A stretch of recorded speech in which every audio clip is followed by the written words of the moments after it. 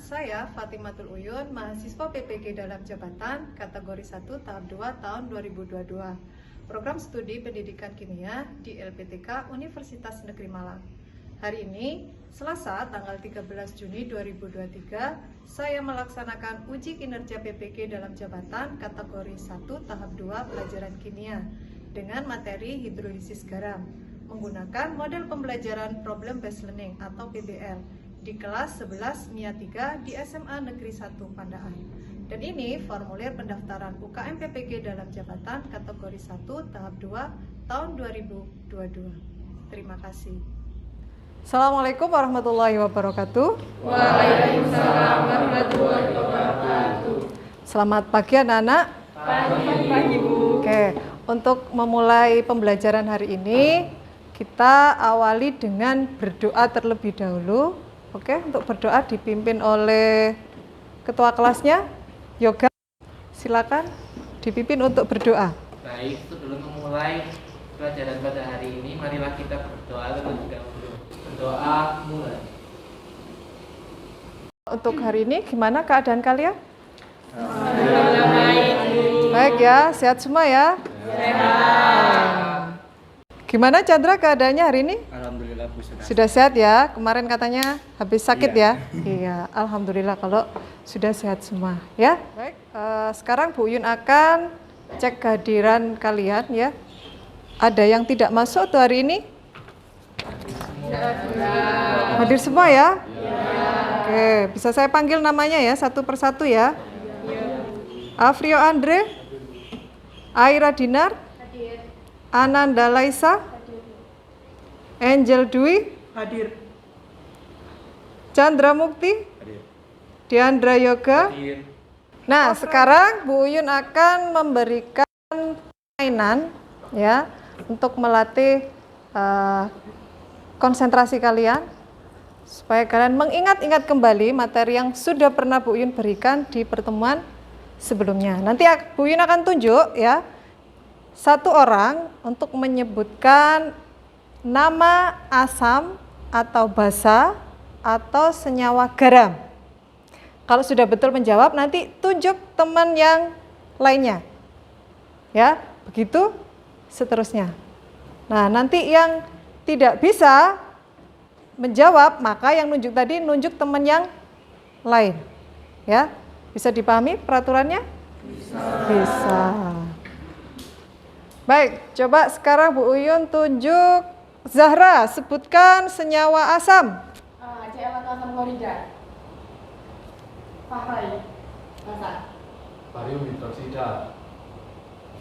Baroy? Asam. H2S asam sulfida. H2S asam sulfida. Bagas, tunjuk siapa? Andreas. Andreas. Basa. Basa. Kauhan. Pak Auha, namanya apa? Kalium hidroksida. Kalium hidroksida. Bagas. Oke, terima kasih. Berarti masih ingat ya nama senyawa asam, senyawa basa, dan senyawa garam. Oke.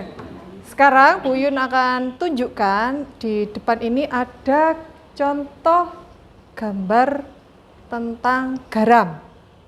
Nah, biasanya garam yang kalian kenal itu adalah garam apa? Garam dapur. Yang rumus kimianya apa?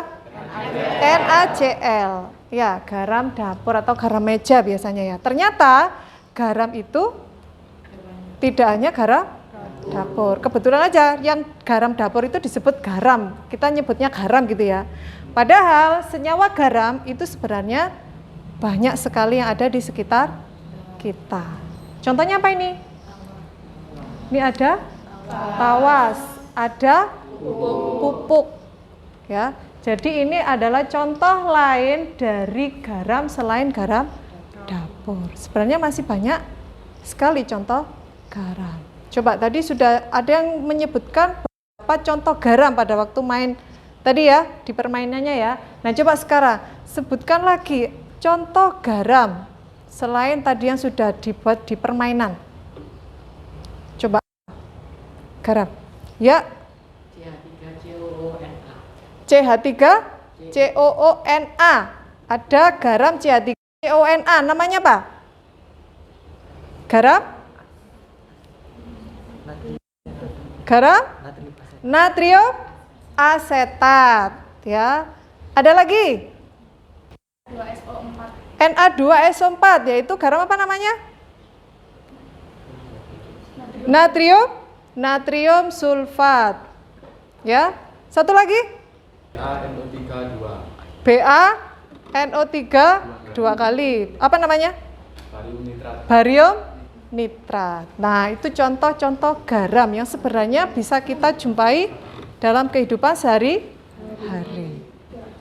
Nah, sekarang Uyun akan menjelaskan untuk pertemuan kali ini yaitu tentang hidrolisis garam.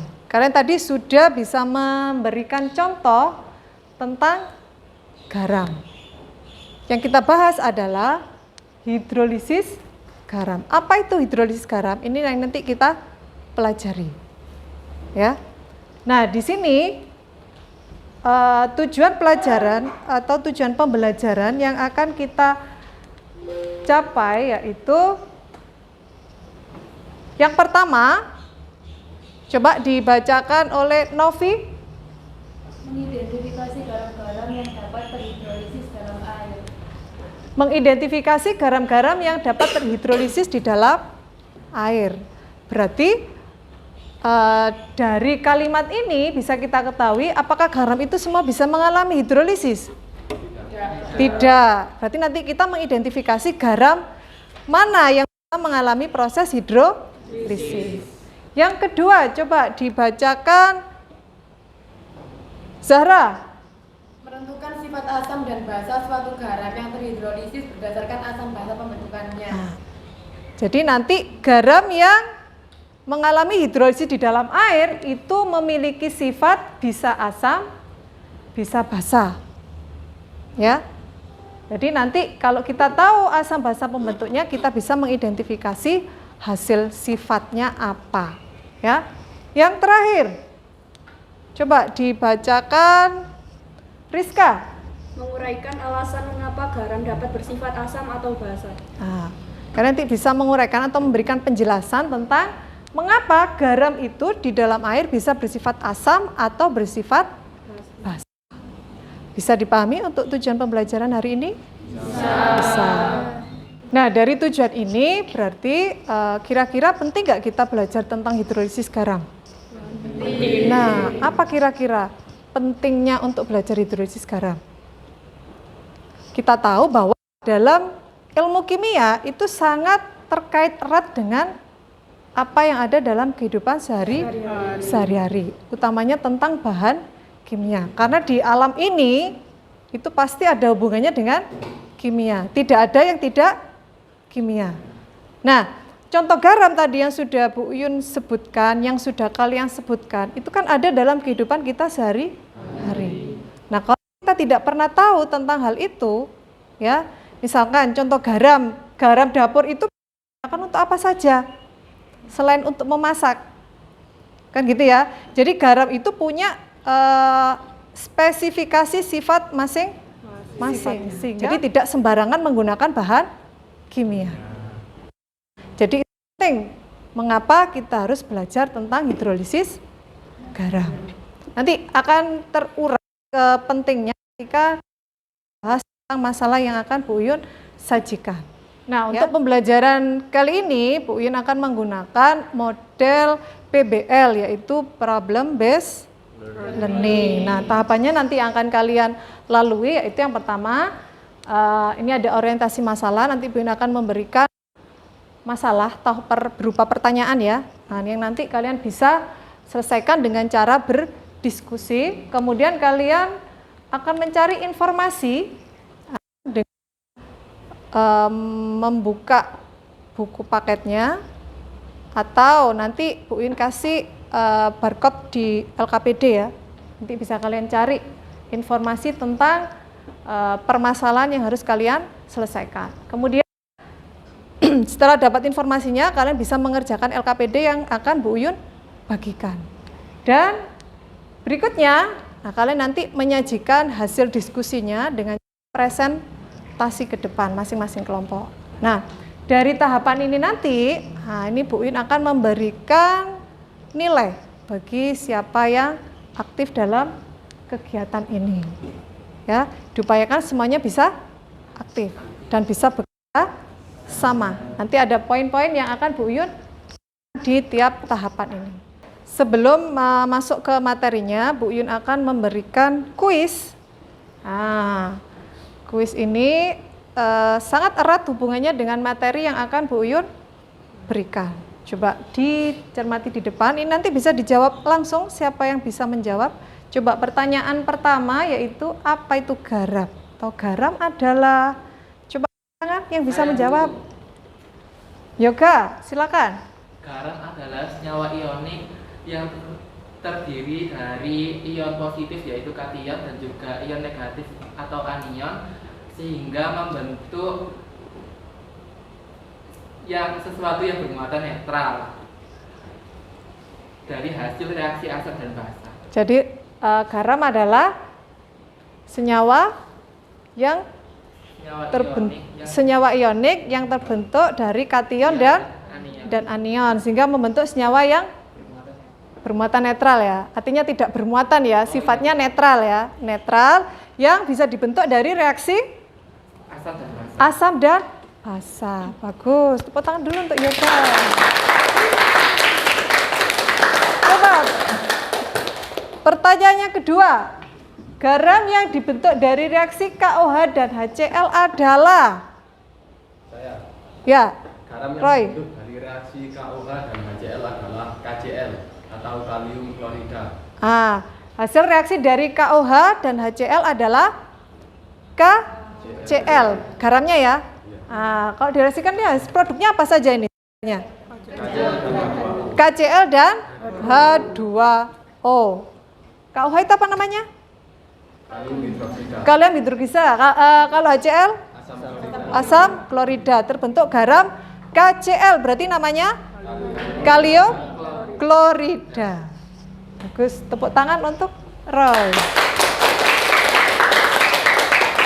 Berikutnya pertanyaan yang ketiga. Asam dan basa pembentuk dari garam CH3COONA adalah? Saya. Ya, Aira. Garam pembentuk CH3COONA adalah CH3COOH dan NaOH. Ya. Asam basa pembentuk dari garam CH3COONA adalah asamnya apa ini? CH3COOH. Berarti asam apa namanya? Asam asetat atau yang biasa kita kenal dengan Cuka. asam cuka. Basanya apa? NaOH, yaitu natrium hidroksida. Bu Win akan sedikit menjelaskan tentang konsep dasar dari hidrolisis garam. Ya. Nah, ini pengertian dari hidrolisis. Jadi hidrolisis itu terdiri dari dua kata, yaitu kata hidro sama lisis. Hidro itu adalah air, sedangkan lisis itu adalah peruraian. Berarti hidrolisis di sini, karena yang kita bahas adalah hidrolisis garam, maka kita definisikan atau kita buat pengertiannya, yaitu hidrolisis garam adalah reaksi peruraian garam menjadi ion-ion di dalam air. Jadi garam kalau sudah dimasukkan di dalam air, maka ion-ion pembentuknya itu akan urai atau terhidrolisis oleh air. Jadi kation sama anion. Nah, itu pengertian dari hidrolisis garam, ya. Nah, jenis hidrolisis nanti ada dua macam, ya. Ada hidrolisis sebagian, ada hidrolisis total. Ya. Kalau sebagian ya berarti hanya sebagian saja yang mengalami hidrolisis. Kalau total berarti keseluruhan bisa mengalami hidrolisis. Bahkan nanti ada yang tidak mengalami hidrolisis, ya. Kalau kita belajar hidrolisis garam berarti kita harus tahu jenis garam berdasarkan asam basa pembentuknya, ya. Ada garam yang terbentuk dari asam kuat dan basa kuat, ya. Kemudian garam yang terbentuk dari asam kuat dan basa lemah. Berikutnya garam terbentuk dari asam lemah dan basa kuat, atau garam yang terbentuk dari asam lemah dan basa lemah. Jadi kalau kita tahu bahwa sifat asam basa itu kan ada dua macam ya. Ada yang kuat, ada yang lemah, baik asam maupun basa. Nah, dari sifat tersebut, kalau asam basanya direaksikan membentuk garam, maka bisa dikelompokkan menjadi 4 jenis garam ini. Nah, dari 4 jenis garam ini nanti garam mana yang bisa mengalami hidrolisis sebagian, garam mana yang bisa mengalami hidrolisis total, dan garam mana yang tidak mengalami hidrolisis. Nah, ini nanti kalian gali informasi di LKPD kalian nanti. Contoh terjadinya hidrolisis garam di dalam air. Ini ada contoh garam natrium apa? Asetat. Nah, natrium asetat itu anionnya adalah ion asetat, kationnya adalah ion natrium. Nah, ion-ion ini di dalam air ada yang mengalami reaksi dengan air, ada yang tidak mengalami reaksi dengan air. Nah, itu penjelasan singkat tentang konsep hidrolisis. Nanti kalian bisa gali dengan mengerjakan LKPD yang akan Bu Uyun bagikan. Berikutnya, ini Ibu Uyun tayangkan tentang artikel. Soda as, pernah dengar? Soda gembira ya yang pernah dengar ya?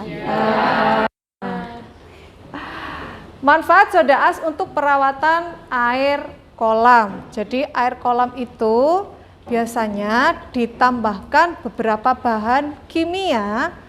Tujuannya untuk apa kira-kira? Menyeimbangkan pH. Jadi pH-nya biar seimbang. Kalau pH-nya tidak seimbang, artinya terlalu basah atau terlalu asam, itu bisa berpengaruh buruk buat apa? Kulit. Nah, kulit kita biasanya akan kering. Kalau terlalu basah biasanya kering ya. Kering kering dan gatal biasanya ya. Kemudian kena mata juga bisa jadi pedih di mata ya. Makanya harus diseimbangkan pH-nya. Jadi soda as ini adalah berfungsi untuk menyeimbangkan pH air kolam. Nah, nanti kalian yang akan cari soda as ini rumus kimianya apa? Ya. Kemudian dari rumus kimia soda as ini kira-kira soda as ini bisa mengalami hidrolisis apa tidak di dalam air? Ya. Baru nanti hasil hidrolisisnya apa dari soda as tersebut. Nah, dari apa nanti yang kamu selesaikan ini itu bisa menjawab kenapa kok dia berfungsi untuk menyeimbangkan pH air di dalam kolam. Ya, jadi sebenarnya nggak hanya soda as ya, kalau di dalam kolam itu ya ada yang ditambahkan dengan tawas misalkan untuk menjernihkan airnya. Ya, ada beberapa kimia yang sifatnya sebagai koagulan, jadi dia akan menarik kotoran-kotoran yang ada di dalam kolam. Ya, jadi ada beberapa bahan yang harus dimasukkan di dalam kolam renang supaya airnya bisa berkualitas bagus. Tapi ini harus ada aturannya atau ada resepnya, tidak sembarangan langsung ditambahkan. Kalau tidak ada ukurannya, ini juga berdampak buruk terhadap orang yang akan mau berenang.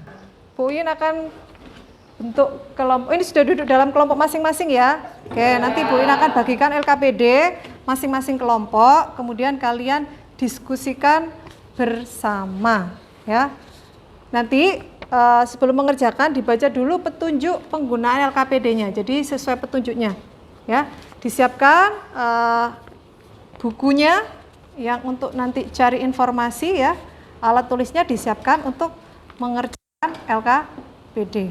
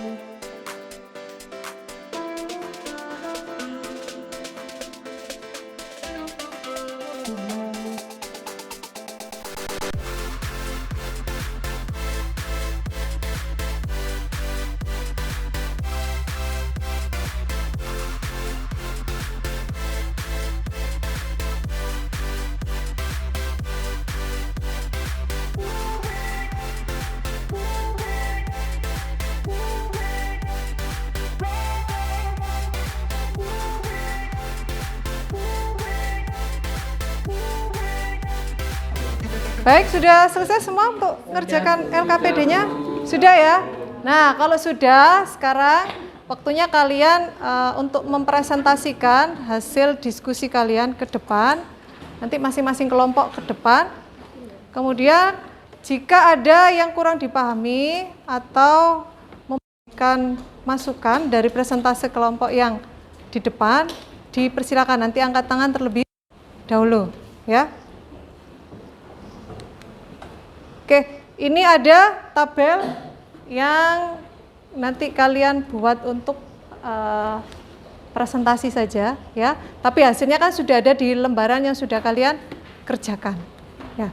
Oke. Diawali oleh kelompok 1 terlebih dahulu. Ya, silakan bisa maju ke depan. Assalamualaikum warahmatullahi wabarakatuh. Waalaikumsalam warahmatullahi wabarakatuh. Perkenalkan kami dari kelompok 1. Perkenalkan nama saya Diandra Yoga Prasetya dengan rekan saya, yaitu yang pertama Muhammad Andrea Surya, yang kedua Novi Maulidia Fitria, yang ketiga Nova Yasmina Daya, dan yang keempat Retno Wahyu. Kami akan mempresentasikan hasil dari diskusi kami mengenai pekerjaan kami tabel yang ada di layar. Akan dijelaskan oleh rekan saya, yaitu Andreas. Jadi yang pertama itu NH4Cl. Kationnya itu NH4+ ditambah dengan H2O akan menghasilkan NH4OH. Sekian presentasi dari kelompok kami. Apakah ada yang ingin ditanyakan? Ada yang ditanyakan dari kelompok lain? Tidak ada. Assalamualaikum warahmatullahi wabarakatuh. Waalaikumsalam warahmatullahi wabarakatuh. Kami kelompok 2 akan mempresentasikan hasil diskusi kami tentang kesamaan reaksi hidrolisis. Nah, jadi berdasarkan dari hasil diskusi kami, jadi dari yang pertama CH3COOH, kationnya itu K+ sama H2O itu tidak bereaksi. Nah, untuk anionnya CH3COO- itu reaksi dengan H2O yang akan menghasilkan CH3COOH dan juga OH-. Nah, mereka itu bereaksi menghasilkan garam basa. Nah, sekian hasil presentasi diskusi kami. Apabila ada pertanyaan, boleh tanya. Izin menyanggah untuk yang senyawa Na2CO3 berdasarkan data yang kita peroleh itu sifatnya basa karena yang bereaksi adalah anion, yaitu CO3 dan 2H2O menghasilkan H2CO3 plus OH- sehingga sifatnya yaitu basa, bukan asam.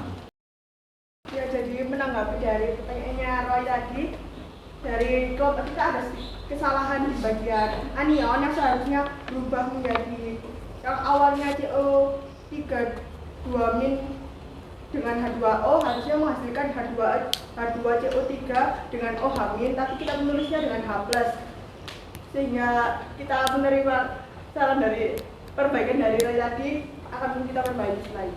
Oke. Terima kasih. Baik. Tadi sifatnya harusnya apa? Basa ya, tapi tadi tertulis asam karena menghasilkan ion H+. Oke. Jadi ada perbaikan untuk yang garam Na2CO3. Assalamualaikum warahmatullahi wabarakatuh. Waalaikumsalam warahmatullahi wabarakatuh. Jadi kami dari kelompok 3 akan mempresentasikan hasil diskusi kami. Sebelumnya perkenalkan terlebih dahulu, nama saya Naisila Elena. Nama saya Safa. Nama saya Safa. Sekian presentasi dari kelompok kami. Apakah ada yang ditanyakan? Ya,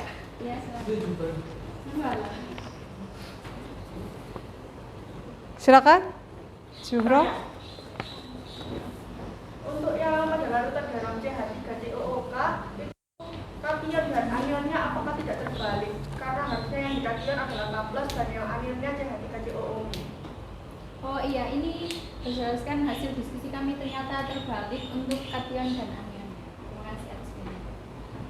Terima kasih. Kationnya jadi apa itu? K+ ya, kationnya K+, anionnya CH3COO-. Oke, ada lagi yang mau ditanyakan untuk kelompok 3? Tidak ada. Oke, baik, bisa dipahami ya. Oke, kalau tidak ada bisa ditutup presentasinya. Baik, terima kasih atas waktu yang sudah diluangkan untuk mendengarkan. Kurang lebihnya mohon maaf. Wassalamualaikum warahmatullahi wabarakatuh. Waalaikumsalam warahmatullahi wabarakatuh. Baik, setelah kalian semuanya sudah presentasi, tadi sudah ada ini ya perbaikan hasil yang sudah didiskusikan tadi ya. Nah, sekarang pertanyaannya, apa sebenarnya rumus kimia soda as ini?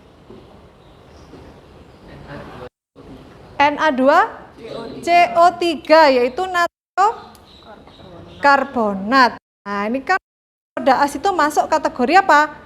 Garam, ya kan? Nah, garam soda as ini apakah mengalami hidrolisis di dalam air?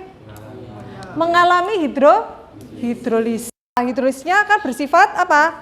Nah, jadi garamnya ketika dilarutkan di dalam air, maka larutannya bersifat basah.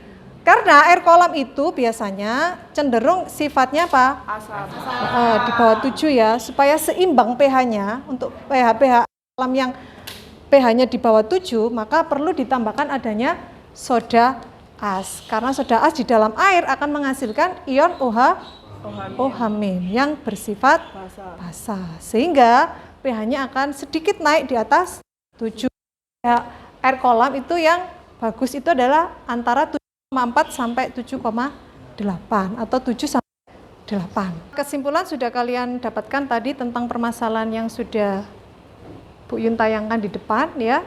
Nah, pembelajaran rangkaiannya sudah hampir selesai. Sekarang masuk ke evaluasi. Jadi dari apa yang sudah kalian diskusikan bersama tadi, harapannya Bu Uyun kalian bisa memahami materi yang kita pelajari hari ini. Nah, untuk tahu paham atau tidaknya materi yang sudah kalian pelajari hari ini, silakan kalian mengerjakan tes evaluasi yang ada di lembar LKPD. Itu ada scan barcode, nanti yang bisa langsung masuk link ke Moodle ya. Jadi soalnya nanti bisa kalian kerjakan sendiri-sendiri ya, jangan bersama, karena ini untuk mengukur kemampuan kalian tadi memahami materi yang sudah dipelajari. Bisa dipahami handphonenya, di scan barcode. Nah, ini di depan juga Bu Yun sudah sediakan, mungkin bisa di scan dari tempat duduk kalian. Atau kalau tidak bisa dari LKPD yang ada di meja masing-masing. Silakan, Bu Yun kasih waktu 20 menit untuk bisa mengerjakan soal hidrolisis garam ini.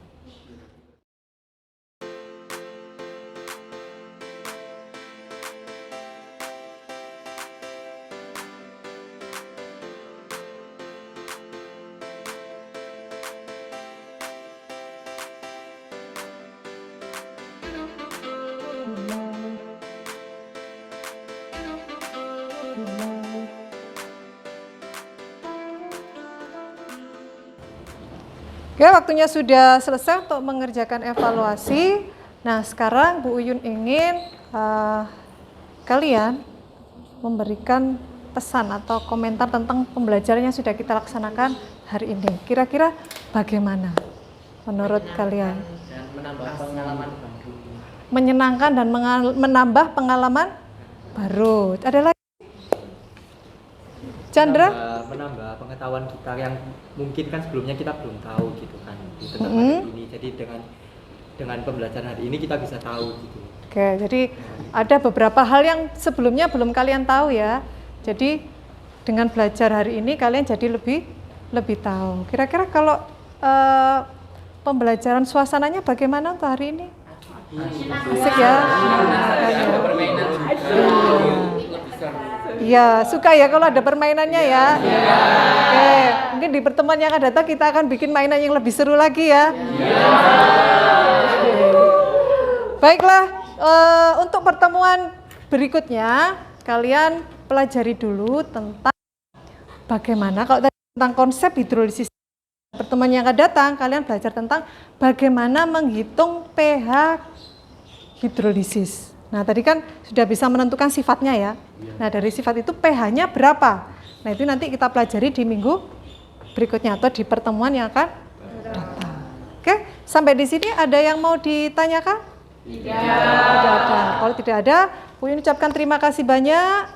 Saya tutup. Assalamualaikum warahmatullahi wabarakatuh. Waalaikumsalam.